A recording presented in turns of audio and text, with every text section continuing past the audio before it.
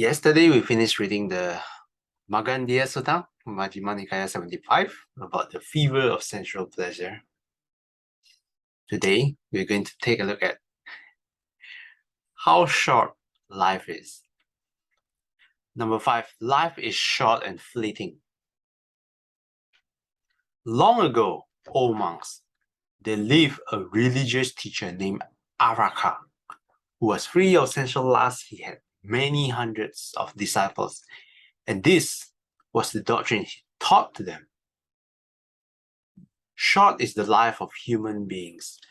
O Brahmins, limited and brief, it is full of suffering, full of tribulation. This one should wisely understand. One should do good and live a pure life, for none who is born can escape death. Just as a dew drop on the tip of a blade of grass will quickly vanish at sunrise and will not last long, even so, Brahmin, is human life like a dew drop. It is short, limited, and brief. It is full of suffering, full of tribulation. This one should wisely understand. One should do good and live a pure life, for none who is born can escape death. Sister Shomi, would you like to continue?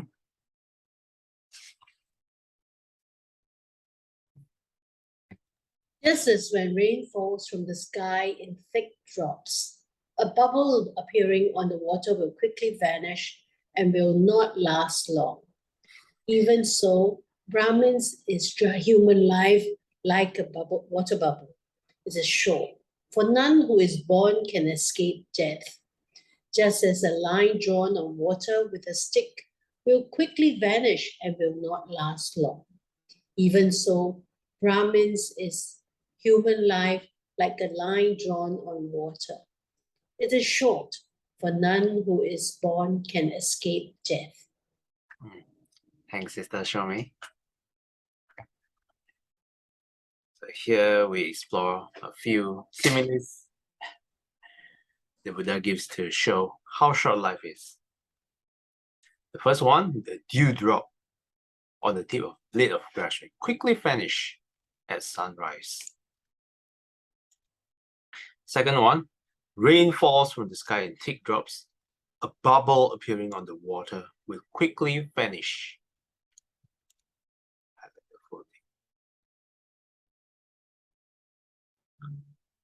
The third one, you get the stick and draw a line on the water. You'll see the line will quickly vanish too. So that is how short life is. Hey, Sister Akim, would you like to continue? Just as a mountain stream coming from afar, swiftly flowing, carrying along much flotsam, will not stand still for a moment, an instant, a second, but will rush on, swirl and flow forward. Even so, Brahmins, is human life like a mountain stream. It is short, for none who is born can escape death. Just as a strong man might form a lump of spittle at the tip of his tongue and spit it out with ease, even so, Brahmins, is human life like a lump of spittle. It is short, for none who is born can escape death. Just as a piece of meat thrown into an iron pan, heated all day, will quickly burn up and will not last long. Even so, Brahmins, is human life like this piece of meat. It is short, for none who is born can escape death. Like him? Sorry. There are three more. Okay. We're exploring three more similes. One is a mountain stream coming from afar, swiftly flowing, carrying along much flotsam. What is flotsam? I'm not sure. Let's take a look at the dictionary. The wreckage of a ship or its cargo found floating on or washed out by the sea. Second definition, people or things that have been rejected and are regarded as worthless. So I suppose the first definition, the wreckage. So the mountain stream carrying along this wreckage.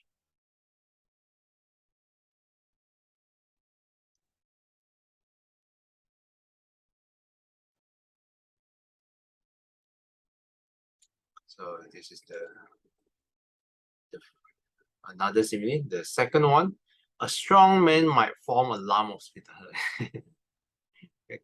I wonder why a strong man matters here. Is it like a weak man cannot form a lump of spittle? I'm not sure. So this one, human life is like a lump of spittle.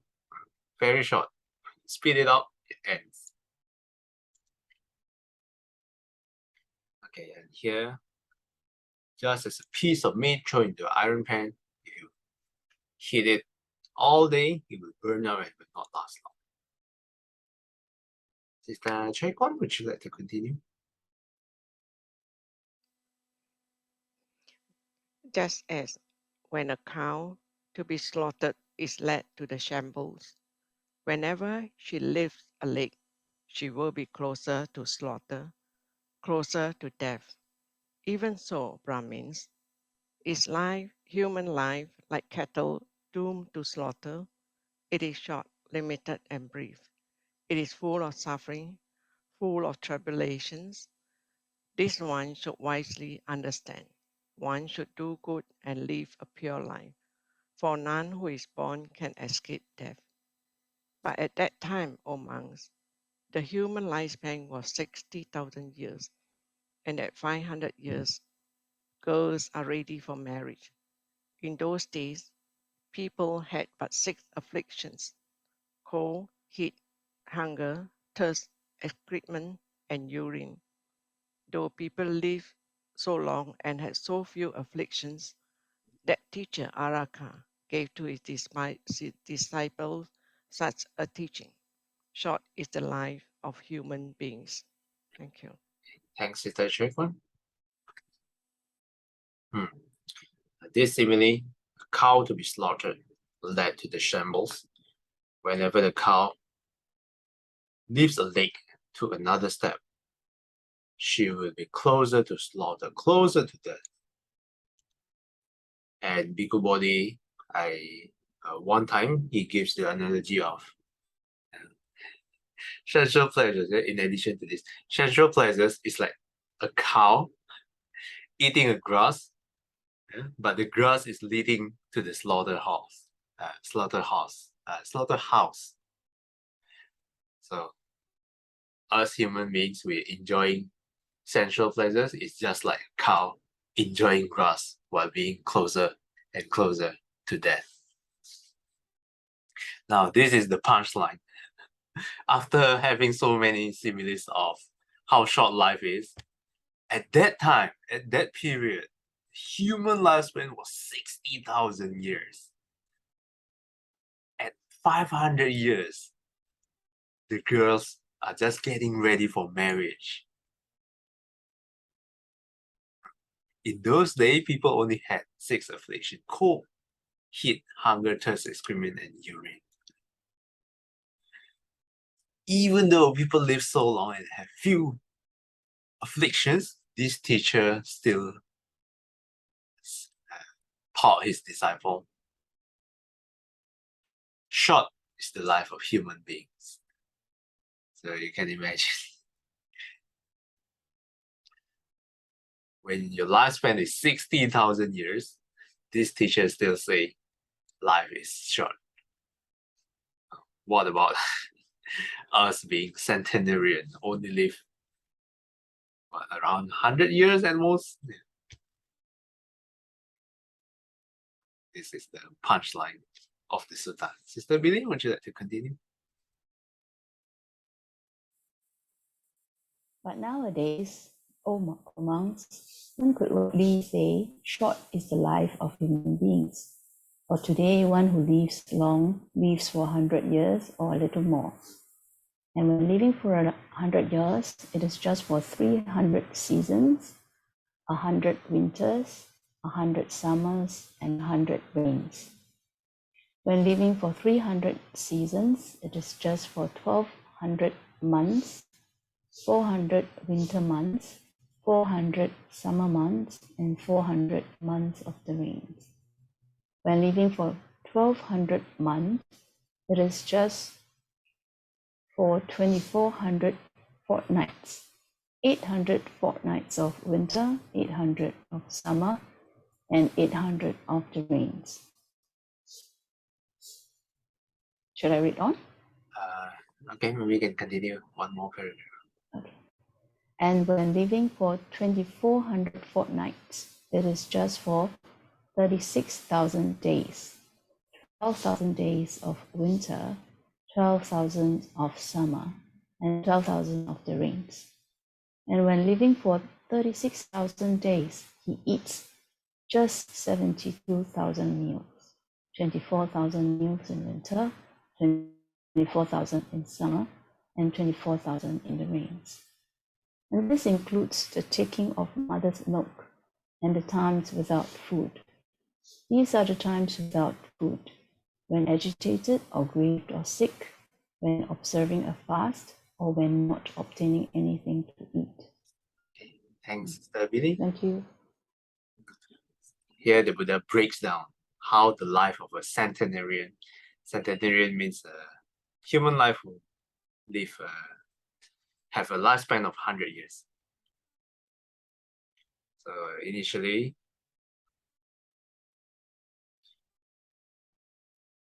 the Buddha breaks down from a season, 300 seasons, 100 winters, 100 summers, and 100 rains.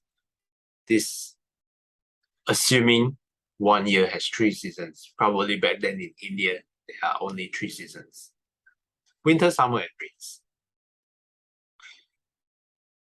And then break down to the months: winter months, 400 winter months, 400 summer months, and 400 rain. And then finally divided into fortnights, 800 fortnights each. Afterwards, the Buddha starts to break that down into days, 36,000 days. Afterwards, for 36,000 days, one only eats 72,000 meals, considering they only have 2 meals a day.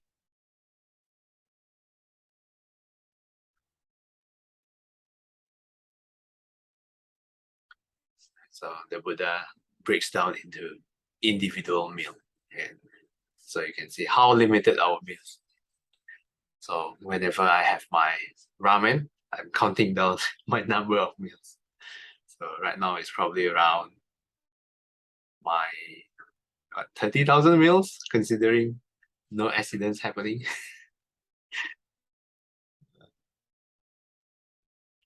They have like 42,000 bowls of ramen left. So sad. Okay, I'll continue reading. Thus, O monks, I have reckoned the life of a centenarian, the limit of his lifespan, the number of seasons, years, months, and fortnights, of days and nights of his meals and foodless times. Whatever should be done by a compassionate teacher who, out of compassion, seeks the welfare of his disciples, that I have done for you. These are the roots of trees, O monks. These are empty hearts. Meditate, monks. Do not be negligent, or else you will regret it later. This is our instruction to you. From Anguttara Nikaya 770. Sadhu, sadhu, sadhu. This is one way to look at how life is very short and fleeting, to break down into how many number of days how many number of days we have. Some people breaks it down into a number of weeks. So let's say in 1 year there's 52 weeks. 100 years there's only 5,200 weeks. and then you can start to and then you can start to cross the way. My housemate even he got a poster where he drew up the number of weeks of his life, and he starts to tick the week, week by week. It is pretty interesting. But there's also another way to contemplate how short life is to realize that how unreliable our life can be. We can die. Not necessarily we can live up to 100 years, but we can pass away anytime. When you walk in the street, then sometimes the driver is drunk and suddenly swerve the car around and hit the pedestrians. That's one way anyone can die. How else can you die? I have seen in the news, I have seen a lady around 20-something years old, very young, and then while live streaming, she ate something and then she choked herself up, and then she just died on the spot. You take a look at the paper, you can see how random people can die. It's really disconcerting. So that's another way we can contemplate how short life is and how unreliable actually our life is. Any questions or comments from you? Anything you'd like to add? Have you done any sort of contemplation about how fleeting our life is? Yes, Sister Shomi. I just 2 days ago, I just heard that a friend's Dharma sister had her mother just collapsed when she was vacuuming the house. Vacuuming, such an innocuous task. And I always had this conversation with Dharma spiritual friends, and I said, wow, 这样好死, you don't have to suffer, you just go. But the reality is, what do you think is the state of mind of somebody who just goes suddenly? It's like you didn't really prepare, and you're just gone. So I'm curious, what is it, a slide in the bardo for somebody like that? I never found my answer. Yes, that's a very good question. I actually wondered that too. People dying pass away suddenly. Like people told me, it would be nice to die peacefully in the sleep. But I wonder, is that really peaceful when you die in your sleep?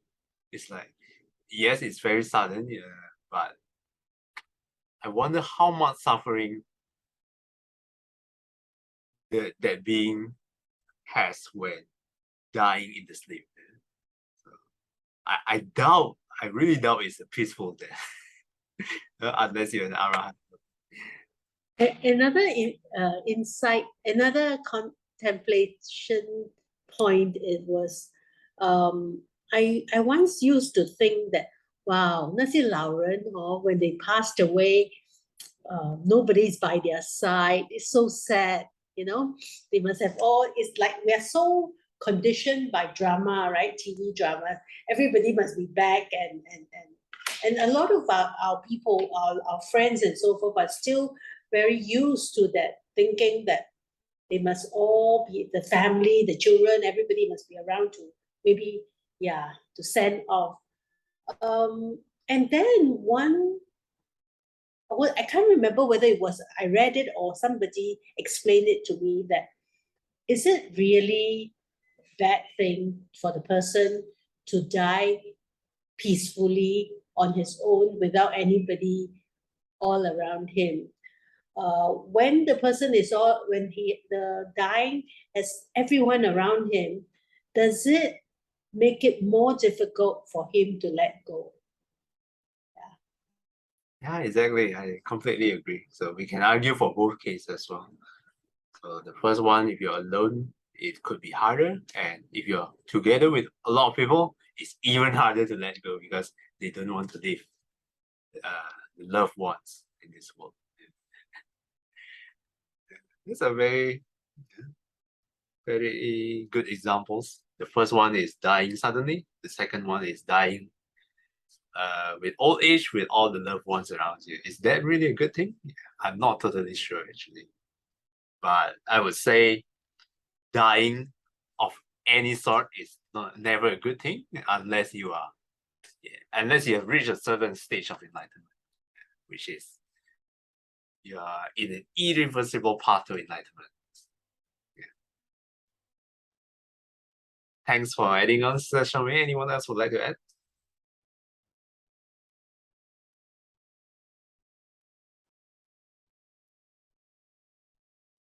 Okay, if not, I think we can stop here. Sister Shami like to do the dedication. 愿消三障除诸烦恼，愿得智慧真明了，普愿罪障悉消除，世世常行菩萨道。 Thanks, Sister Shami. Till we Thank you. Yeah. will be guided by the Buddha, Dhamma, and the Sangha. Sadhu, sadhu, sadhu. Have a wonderful Wednesday ahead.